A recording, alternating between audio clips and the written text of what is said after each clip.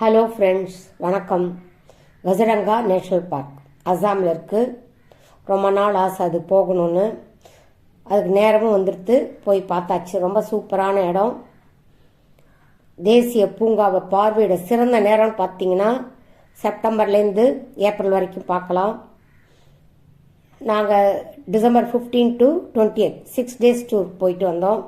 எல்லா இடமும் நல்லா ஹாப்பியாக பார்த்து வந்தோம். இந்த யுனெஸ்கோ பாரம்பரிய தலமாக அங்கீகரிக்கிறதுக்கு கசரங்கா தேசிய பூங்காவை பிரம்மபுத்திரா ஆற்றங்கரையில் இருக்குது. உலகிலேயே அரிய வகை ஒற்றை கொம்பு காண்டாமிருகங்கள் அதிக அளவில் காணப்படும் இடம் இது. இங்கே நிறைய ஒற்றை கொம்பு காண்டாமிருகங்கள் இருக்குது. தேசிய பூங்காவில் குறைஞ்சது 2500 ஒற்றை கொம்பு காண்டாமிருகங்கள் இருக்கிறதா கூறுகிறார்கள். காண்டாமிருகம் தவிர வங்காள வெள்ளை புலிகள், யானைகள், சாம்பார் மான்கள், விதவிதமான பறவைகள்னு வாழக்கூடிய வளமான காட்டுப்பகுதி இது. காண்டாமிருகம் எவ்வளோ ஃப்ரீயாக சுற்றி திரியுது பாருங்க, அழகா. இந்த இடம் எவ்வளோ தூரம் பார்த்தீங்கன்னா, இந்த வனப்பகுதி 430 சதுர கிலோமீட்டர் பரப்பளவுக்கு 1905 பாதுகாக்கப்பட்ட வனப்பகுதியாக அறிவிக்கப்பட்டது.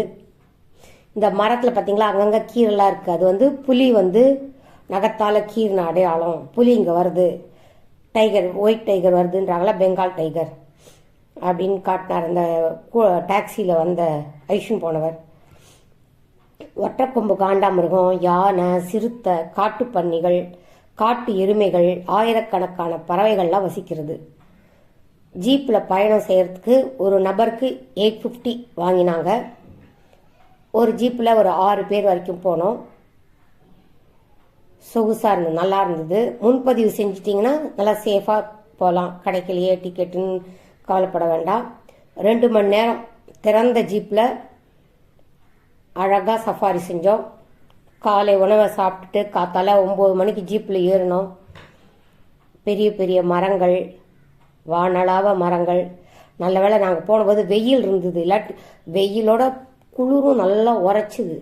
ஸ்வெட்டர் எல்லாம் போட்டு கூட அதை தாண்டி குளிர் நல்லா ஊசி மாதிரி குத்திது. வெயிலும் இருக்குது, குளிரும் இருக்குது. அங்கே உள்ளே போகிறதே நம்ம பசிச்சா இருக்கட்டுமேனு ஸ்நாக்ஸு, பிஸ்கெட், சாக்லேட்லாம் எடுத்துன்னு போயிருந்தோம். அது எல்லாத்தையும் எடுத்துட்டாங்க. ஃப்ரண்ட்டில் அந்த காவலர்கள் இருக்கால, அவெல்லாம் பிளாஸ்டிக் பொருள் நாங்கள் போட மாட்டோம், வெளியில் கவர்லாம் உள்ளே வச்சுக்கிறோம், சாப்பிட்டுனா முடியாதுன்னு எல்லாத்தையும் வாங்கிட்டாங்க. அனுமதிக்கவே இல்லை உள்ளே எடுத்துன்னு போகிறதுக்கு. அதனால் அவங்கள்ட்ட எல்லாத்தையும் ஒப்படைச்சிட்டு ஜீப்பில் ஏறினோம். காட்டோட உள்பகுதியெலாம் ரொம்ப அழகாக லாவகமாக ஓட்டுனர் ஜீப்பை ஓட்டிகிட்டு போய் காற்றை பற்றியும் அந்த காட்டில் நடமாடுற விலங்குகளை பற்றியும் விரிவாக சொல்லிகிட்டே வந்தார். திடீர்னு பேச்சை நிறுத்திட்டு கை காட்டினார். எல்லாரும் அந்த பக்கத்தை பார்த்தா 4 யானைகள். ஒன்னொன்றும் பெருசாக இருக்குது. 3 யானை, ஒரு குட்டி யானை வேற. எல்லாமா சேர்ந்து அழகாக கேட் வாக் போகிற மாதிரி எலஃபண்ட் வாக் போயிட்டு இருந்தது. ரொம்ப சூப்பராக இருந்தது. ஆடி அசைஞ்சிட்டு அழகாக காட்டுப்பகுதியில் அடர்ந்த மரங்களோட இடையிலேருந்து வந்தது. அப்படியே மெல்ல சாலையை கடந்து போச்சு. பார்க்கவே ரொம்ப நல்லா இருந்தது. ஜெய்ஜாண்டிக்காக இருந்தது யானை. வனப்பகுதிக்குள்ளே அழகாக இப்படி கிராஸ் பண்ணி போயிடுது. இந்த அரிய காட்சி எல்லாரும் மறக்காமல் வீடியோ ஃபோட்டோலாம் எடுத்துட்டோம்.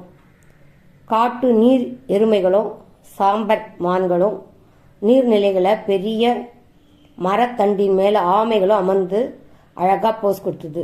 யானைகள் பாருங்கள் என்ன அழகாக, அதோட இடம் இல்லை, அது எந்த பயமும் இல்லாமல் வருது. நம்ம தான் பயந்துன்னு அதை வேடிக்கை பார்த்துட்டு இருந்தோம். சத்தம் இல்லாமல் அழகாக 4 யானை ஒன்று பின்னாடி ஒன்று. அந்த குட்டியை விடவே மாட்டேங்குது, சேஃபாக அழிச்சின்னு போகிறது. அதுவும் நம்மள மாதிரி தான் போல் இருக்குது. குட்டியையும் அழகாக சேஃபாக அழிச்சின்னு போகிறது. நம்மளும் அப்படி தான் பண்ணுவோம். குழந்தைங்களெல்லாம் ஜாக்கிரதையாக பார்த்துக்காம இது முன்னாடி விட்டு பின்னாடி வருது. எல்லாம் ரொம்ப நல்லா இருந்தது.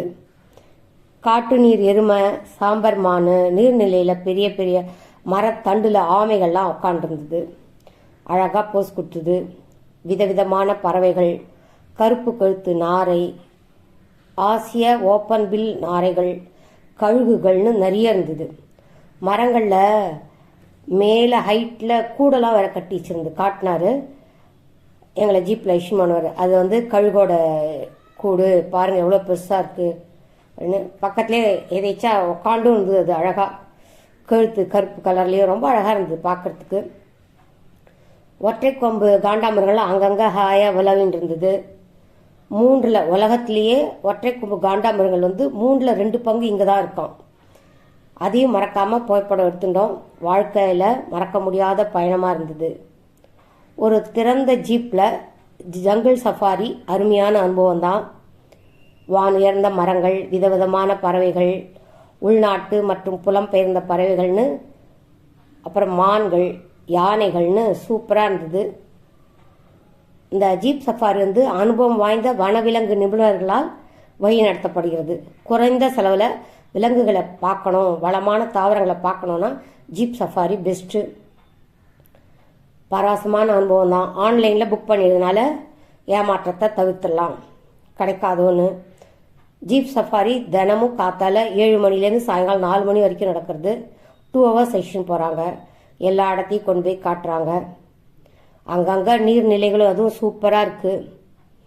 நம்ம கேமரா வீடியோலாம் எடுக்கிற உபகரணம்லாம் எடுத்தோம்னா அதுக்கு டிக்கெட் வாங்கிக்கணும். மீன்பிடி கழுகு, சாம்பல் தலை மீன்பிடி கழுகுன்னு நிறைய பறவைகளையும் பார்த்தோம். ஃபோட்டோ எடுக்கிறதுக்குள்ள டபால்னு பறந்து ஓடிடுறது. தேசிய பூங்காவோட கிழக்கு பகுதியில் பறவைகளுக்கு சிறந்த இடமா இருக்குது. நிறைய பறவைகளை அந்த சைட் பார்க்க முடியுது.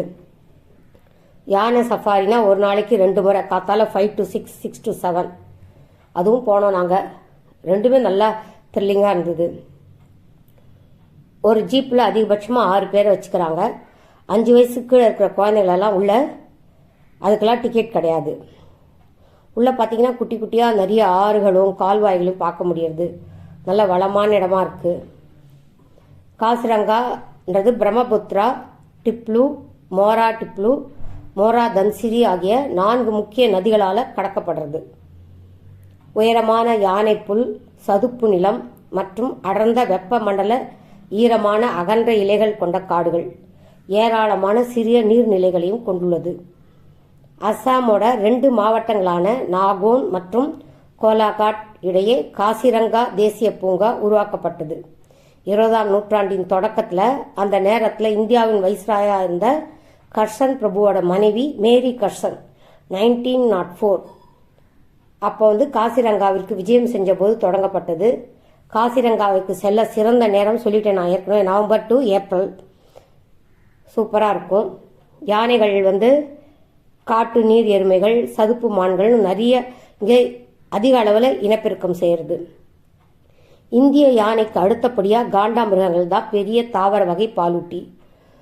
இவை வந்து பூக்கள், பழங்கள், பெர்ரி, மொட்டுகள், இலைகள் மற்றும் வேர்களை சாப்பிட்றது காண்டாமிருகம். முழுமையாக வளர்ந்த காண்டாமிருகங்கள்லாம் சுமார் 2 முதல் 2.5 டன் வரைக்கும் வெயிட் இருக்கு. பெண் காண்டாமிருகம் வந்து 1.6 டன் எடை இருக்கு. ஆண் பெண் 2 காண்டாமிருகங்களுக்குமே ஒற்றை கொம்பு இருக்கு. இந்த கொம்பு வந்து கெரட்டின்ற பொருளால் ஆனது. பாதுகாப்பதற்காகவும் பயமுறுத்துவதற்காகவும் வேற தோண்டி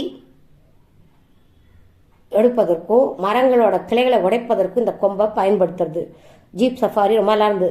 நல்ல வெயில் புழுதியை கிளப்பி விட்டுன்னு போச்சு. நாங்களாம் நல்லா தும்மினோம். ஒரு மாஸ்கை போட்டுட்டா இன்னும் நல்லது தான். எடுத்துன்னு போயிருந்தோம், ஆனால் போடல. இது பாருங்க, நீர் எருமைகள் நம்ம இது மாதிரி தான் இருக்குது. கொஞ்சம் சைஸ் பெருசாக இருக்கு, அவ்வளோதான். பாலூட்டி இனத்தை சேர்ந்த யானைகள் வந்து சிறிய காதை தவிர ஆப்பிரிக்க யானைகளைப் போலவே காணப்படுறது. யானை வந்து 2 முதல் 5 டன் வரை எடை இருக்குது. 20 அடி நீளம், 8 முதல் 11 அடி உயரமும் வளரக்கூடியது. இதோட தும்பிக்கையில் 40,000க்கும் மேற்பட்ட தசைகள் உள்ளன. இவை 150 கிலோகிராம் அளவு தாவர உணவுகளை ஒவ்வொரு நாளும் சாப்பிட்றதாம். 50 கேலன் தண்ணீர் குடிக்கிறது. ஜூன் முதல் செப்டம்பர் வரை மழை காலமாக இருக்கிறதுனால மூடப்பட்டிருக்கும்.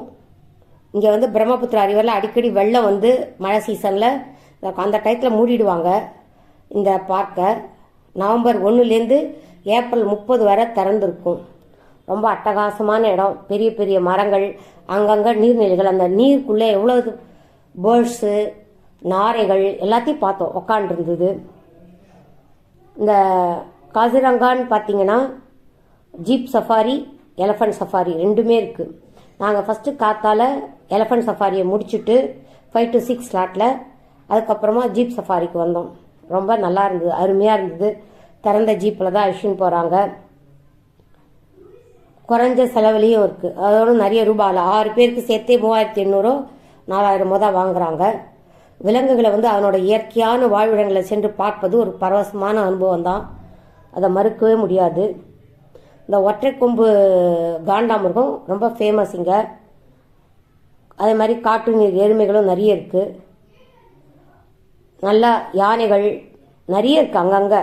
அதை நாங்கள் போனபோது என்னதுன்னா, ஜீப்பில் போகும்போது ஃபஸ்ட்டு ஒரு 4 போச்சா, ஏற்கனவே வீடியோ பார்த்துப்பீங்க. அதுக்கப்புறம் பார்த்தீங்கன்னா பின்னாடியே ஒரு 2 மண் புழுதியும் போட்டு தலையில் வாரி வாரி போட்டுருது. பார்த்துட்டே இருந்தோம், பயமாக இருந்தது. சத்தம் இல்லாமல் பாருங்க டாட்டாய்ஸ். இந்த வெயிலுக்கு அதுக்கு வேண்டியிருக்கு போலுக்கு. மழை தண்ணிலேருந்து மெல்ல ஏறி இந்த உடஞ்சி போன கொம்பு முதல்ல லைனாக உட்காந்துருக்கு பாருங்க. சூப்பராக இருக்குது பார்க்கறதுக்கு, ரொம்ப நல்லா இருக்குது இந்த இடம்லாம்.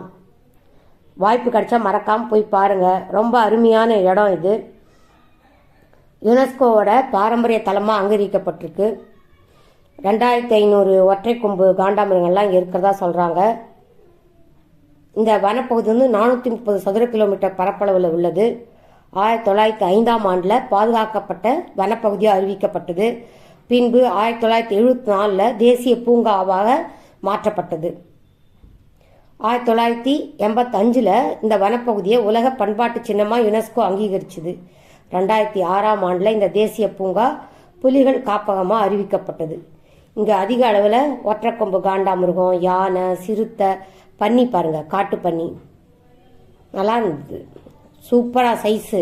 நாங்கள் தள்ளி இருந்து ஃபோட்டோ எடுத்தோம். இது இறங்கக்கூடாதுன்றாங்க. நீ வண்டியை விட்டு ஜீப்பை விட்டு இந்த பாலை மாதிரி போட்டு பாருங்கள். அங்கங்கே சகதியாக தண்ணியோட இடம் ரொம்ப நல்லா இருந்தது. இந்த இடம் பார்க்க வேண்டிய இடம் தான்.